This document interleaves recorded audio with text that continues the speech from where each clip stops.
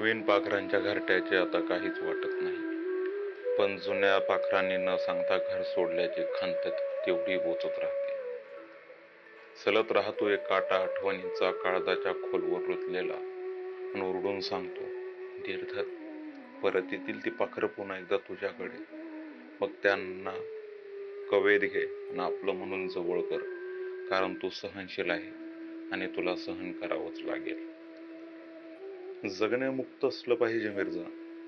कोणाला अडवून थांबवून काही मिळत नाही म्हणून त्यांच्या आयुष्यातून निघून जाताना हसत मुखाने येतो मग म्हणायचं, डोळ्यातल्या आसवांना काटेरी कुंपण घालून ठेवायला शिक, म्हणजे कुणाला दिसणार नाहीत तुझी आसव.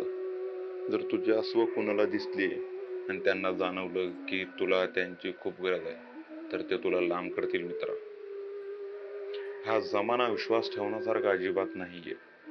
इथं लोक भेटतील शब्दा घेऊन, वचन देऊन सुद्धा कुठलीही अपेक्षा न ठेवता. हो, फक्त कायम सोबत असावं एवढं सोडलं तर. मनापासून प्रेम करणाऱ्या माणसाला सोडून जाणारी. एका भेटीसाठी डोळे तरसून जातील पण तोंड बघायला भेटणार नाही. आणि जर असं झालं तर मग तू कोणाला तोंड दाखवू नकोस. प्रेम कर, असं प्रेम कर की मरण तुच्छ वाटलं पाहिजे. पण जेव्हा तुझा श्वास तुटायला लागेल, धाप लागेल, डोळ्यांसमोर अंधारी पसरेल आणि असं वाटेल की आता झाकले गेलेले डोळे पुन्हा कधीच उघडणार नाहीयेत, जिंदगी नावाच्या नाटकाचा शेवटचा पडदा पडत आहे. या दुनियेच्या रंगमंचावर कायमचा काळोख पसरतोय, त्या क्षणापर्यंत वाट बघायची बरं मिर्झा. त्यानं सांगता घरटे सोडून तुला एकटं टाकून दूरच्या प्रवासाला निघून गेलेल्या जुन्या पाखरांची. कारण त्या पाखरांवर तुझं प्रेम आहे. आणि बघ काय आहे ना, इथे एक नियम सगळ्यांना लागू होतो, मौत का खौफ नहीं है मगर गलती से बच गया तो फिर दिक्कत है बहुत. डोक्यातला मिर्झा हृदयातल्या हळव्या मिर्झाला समजावून सांगत होता.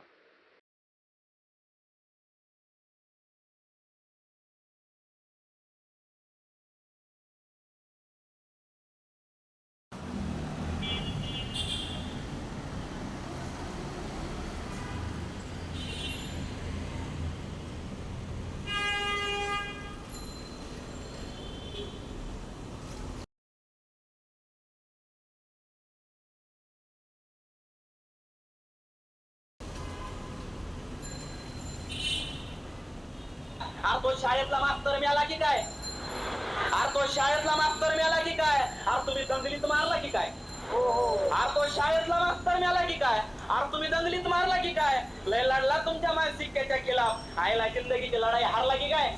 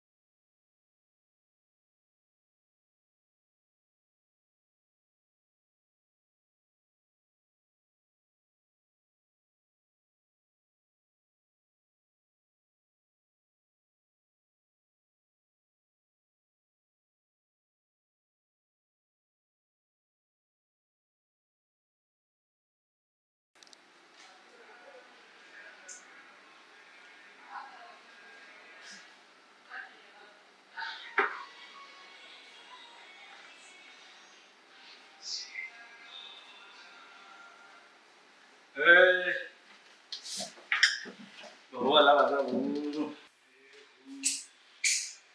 काय भावा काय काम धंदे सोडून बसलायस तुम्ही पटतं का मला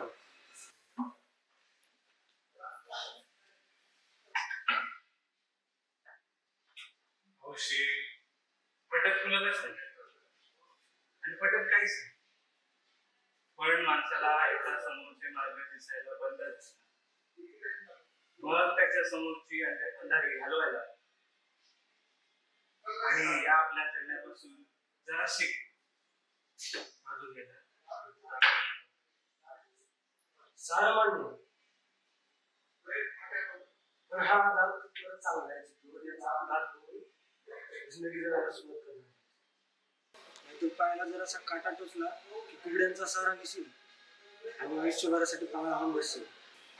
बस जरा निवांतो काय आलं आलं चढलेली उतरायला लागलास चढायला लागलास बस जरा तर काहीच नाही सर तू फक्त इज्जती सांगू नकोस काय झाले आणि हे सगळं कशामुळे करतोस मग बघ हे सगळे सोड जे घेणारच का नाही मला नको आजवर आपण भेटलोय आणि कधी पिलो नाही असं झालंय का नंतर माहित आहे आता कसा आला ना माणसं नाही तर उगाच फिलोसोफर बनून द्यायचं करता एक गाडी बॅग द्या पाणी जरा सांगशील का काय झाली घरात काय अडचण का ऑफिसचं काय की तिच्याशी काय वाद झाली नेमका प्रॉब्लेम काय झाले आणि मार्ग करतात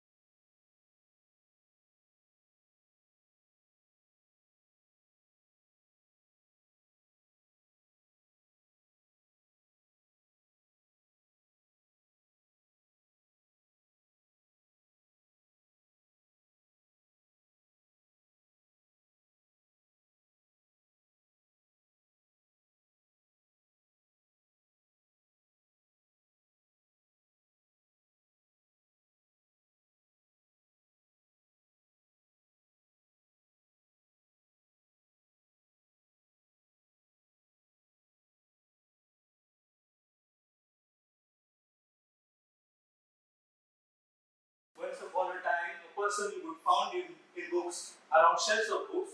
Now you can find him around any bar around his house. He was a writer. But now, he's just a living body which is dead inside and doesn't want to exist anymore. झालं का तुझं philosopher बनून ओशो बनून बुद्ध असं कोड्यात बोलू नको काय झालं ते नीट सांग तुला तर माहितीच आहे ना घरात काय चालतंय आमच्या 2 वर्ष झाले एक गोष्टी मागतोय पण काय होईना सगळं एवढं घरात करून पण काही इज्जत नाही रे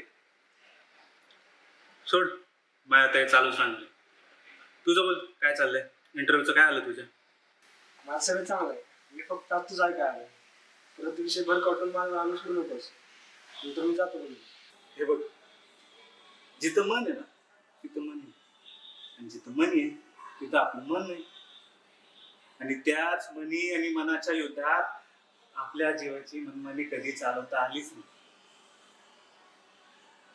आणि आपल्याच मनाच्या ओझ्याखाली दबत आयुष्यभर मरत मरत जगावं लागतं रे अरे तिथून ती मागे लागली आहे, तिथून बाप मागे लागलाय. काय म्हणजे कोण कोण समजूनच घेत नाहीये रे. काय म्हणजे काय करू मी, सांग तू. आजवर जॉब मध्ये एवढी मेहनत केली, मेहनत करतो, त्याच्यामध्ये सगळं उठतोय माझं, पण काय त्याचा काय उपयोग आहे का? 8 वर्ष काम करून आहे का काय उपयोग? अरे का कोणाला समजत नाही आणि कधी समजणार? पुरुष म्हणून जन्माला आलो म्हणून खेळणं वाटलं कोणी पण येईल आणि वाजून जाईल. अरे त्यांच्या मित्राच्या मुलाचं लग्न ठरलंय म्हणून त्यांनी पण बळजबरी माझ्या गळ्यात दोरी बांधायची त्या. लोकांनी गळ्यात सरी घातली म्हणून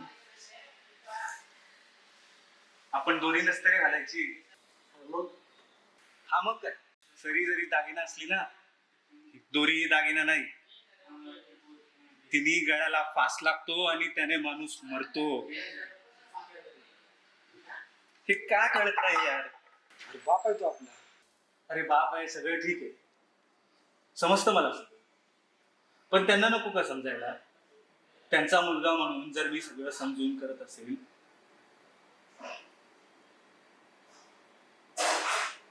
तर माणूस म्हणून माझं अस्तित्व काय? अरे त्यांच्यामुळे तर आपलं अस्तित्व आहे. काही असू दे, हे बघ बाबा, मला या नात्या गोत्यात कशावरही विश्वास राहिला नाहीये आणि नाही मला अडकून राहायचं ना. मला कोणत्या बंधनात स्वतःला बांधून ठेवायचं. ह्या नात्या गोत्यांच्या आणि या जगण्यापासून मला बाहेर होऊन फक्त माणूस म्हणून जगायचं. जगू देतील का हे? प्लीज यार, जगू द्या प्लीज. तुझं सावरून बोलून झाला असेल तर मी बोल. बोल ना बाबा, तू आजवर कधी पण मनमोकळेपणाने कोणाशी बोलला नाही. आज जर का बोलणार असशील तर ऐकतो मी. बोल ना. बरं, मी आयुष्यात काय केलं, काय काम केली, कसं कसं जगलंय फक्त मला माहिती. हे बघ भावा, मी पण आयुष्यात एका व्यक्तीवर जेव्हा फार प्रेम केलं होतं. हे बघ भावा, मी आयुष्यात एका व्यक्तीवर जेव्हा फार प्रेम केलं होतं, मी तो माणूस आहे त्याच्या दारात जर कुत्री आले ना, आणि तो माणूस आहे त्याच्या दारात जर कुत्र आले ना, त्याला भाकर टाकली गेली, पण मला पण नाही विचारलं की तू जेवलास.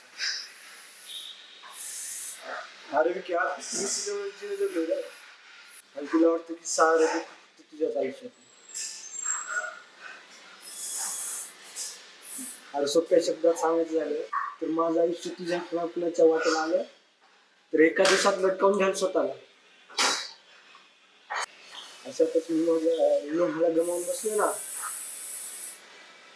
सारं आयुष्य संपून गेलेलं.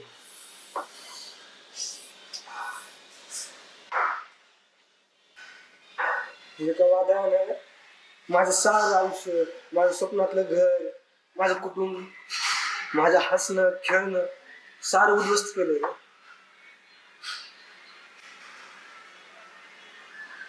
मी फक्त जिवंत एक मड बनवून जगतोय. तुझी आता कधी सांगितलंस ना, डेड बॉडी जगतीचा नाही समोर बसलोय. तो जीवन मी जगतोय रे, तो सत्य परिस्थिती जगतो मी.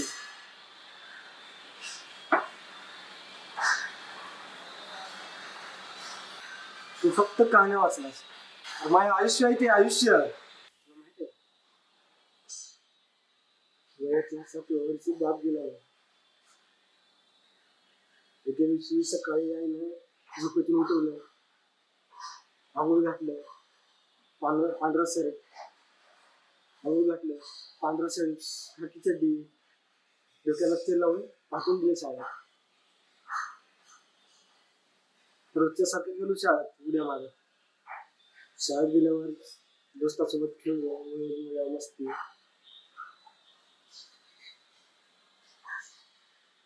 मला माहित नव्हतं त्या हरामखोरीने माझ्या पाठीमागे माझ्या बापाचा घात केला होता.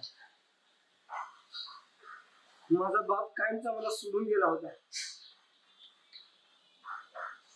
अरे माझ्या आईचं कपाळाचं कुंकू पुसलं गेलं होतं अचानक.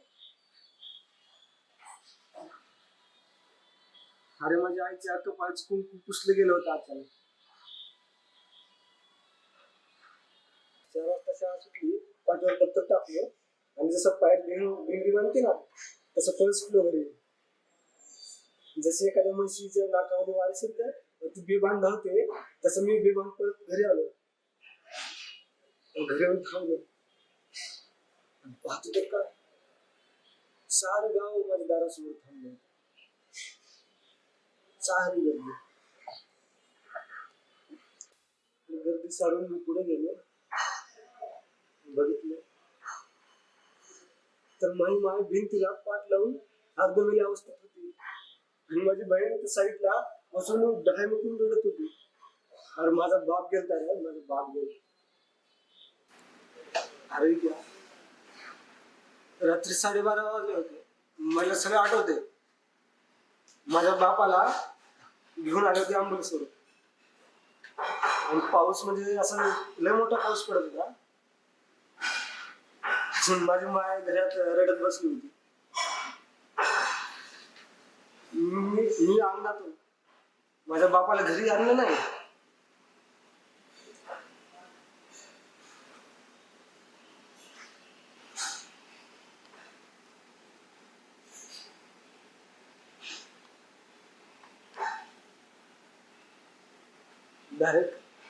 डायरेक्ट मसनात घेऊन गेले होते, स्मशानभूमीत घेऊन गेले होते.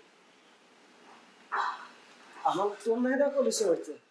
माझी आई, मी, माझी बहीण, आई आमच्या तिघाला धरून बसले होते. सगळे भावकी पाऊस शिवला म्हणून घरला गेले होते. सगळे सोयरे दायरे पाऊस शिवला म्हणून घरला गेले होते. आम्ही तिघच होतो. आम्ही आगड्यातून आमच्या बापाच्या चितीला बघत होतो. बापाची चिता जळत होते का, जळत होते. मी बारका होतो, मला कळलं नाही. मला जायचं होतं तिथं, माझ्या बापाकडे जायचं होतं. मला वाटत होतं सगळे लाकडं फेकून द्यावं आणि माझ्या बापाला कवटाळून घ्यावं, पण नाही आलं तसं मला.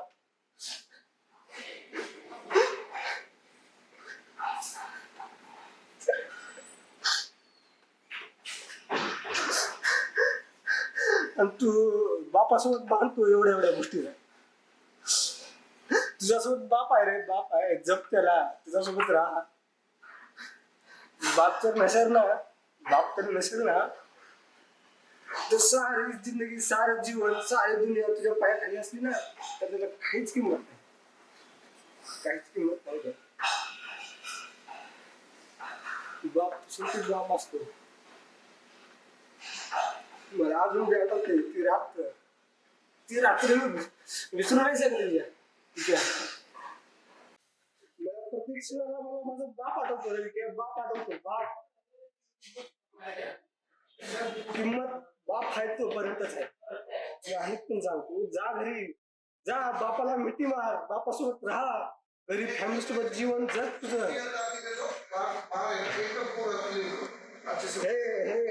ह्याच्यानं नाही मागणार तुझं. ही नाही रे जिंदगी, नाही हे फिकून घे. अरे खरी जिंदगी तुझा बाप आहे तुझ्यासोबत, खरी जिंदगी तुझा बाप आहे.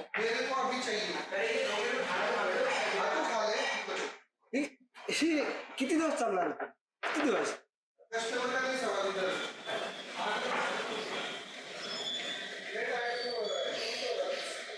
जा बापाला मिठी मार, जा. तुला नाही बाप भेटणार माझ्यासारखा. मग तुझा जो कथेतला जो आहे ना तो समोर बसलाय, बाप नाही मला, बाप. वनवासी जीवन जगतोय, वनवासी. रोज कामाला जातोय, रोज. आई कामाला जाते आहे. आईचं वय 45 झालं तरी पण आई कामाला जाते. कुणासाठी? लेकरांसाठी ना, आपल्या मुलांसाठी. बाप कामाला जातो तुझ्यासाठीच ना, सगळं तुझ्यासाठीच ना. मग काय राहिलं तू तुझ्या गावात?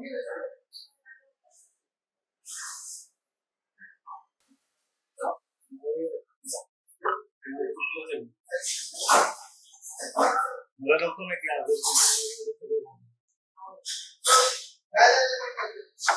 युगच सगळं माझं चालू ठेवलेलं रे. सगळं ठीक आहे.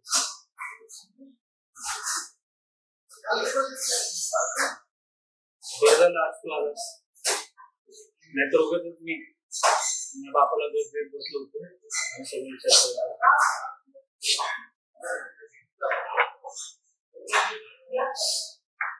चला बसून घेऊ. आणि एक लक्षात ठेव, तुला कोणी जरी नसलं ना, हा मित्र आहे तुझ्यासाठी. हे नेहमी लक्षात ठेव.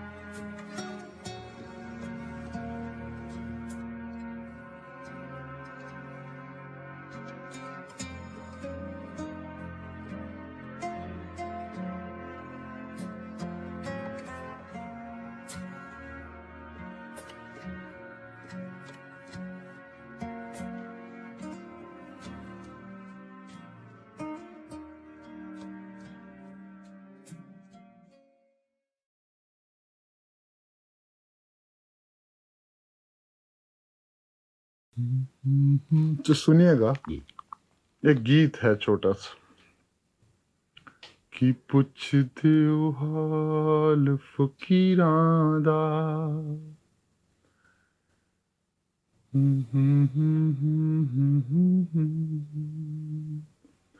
कि पुछदे ओ हाल फकीरां दा साडा नदियों विछड़े नीरां दा साडा हंज दी जूने आया दा साडा दिल जलिया दिलगीरां दा ए जान दिया कुछ शौक जहे रंगा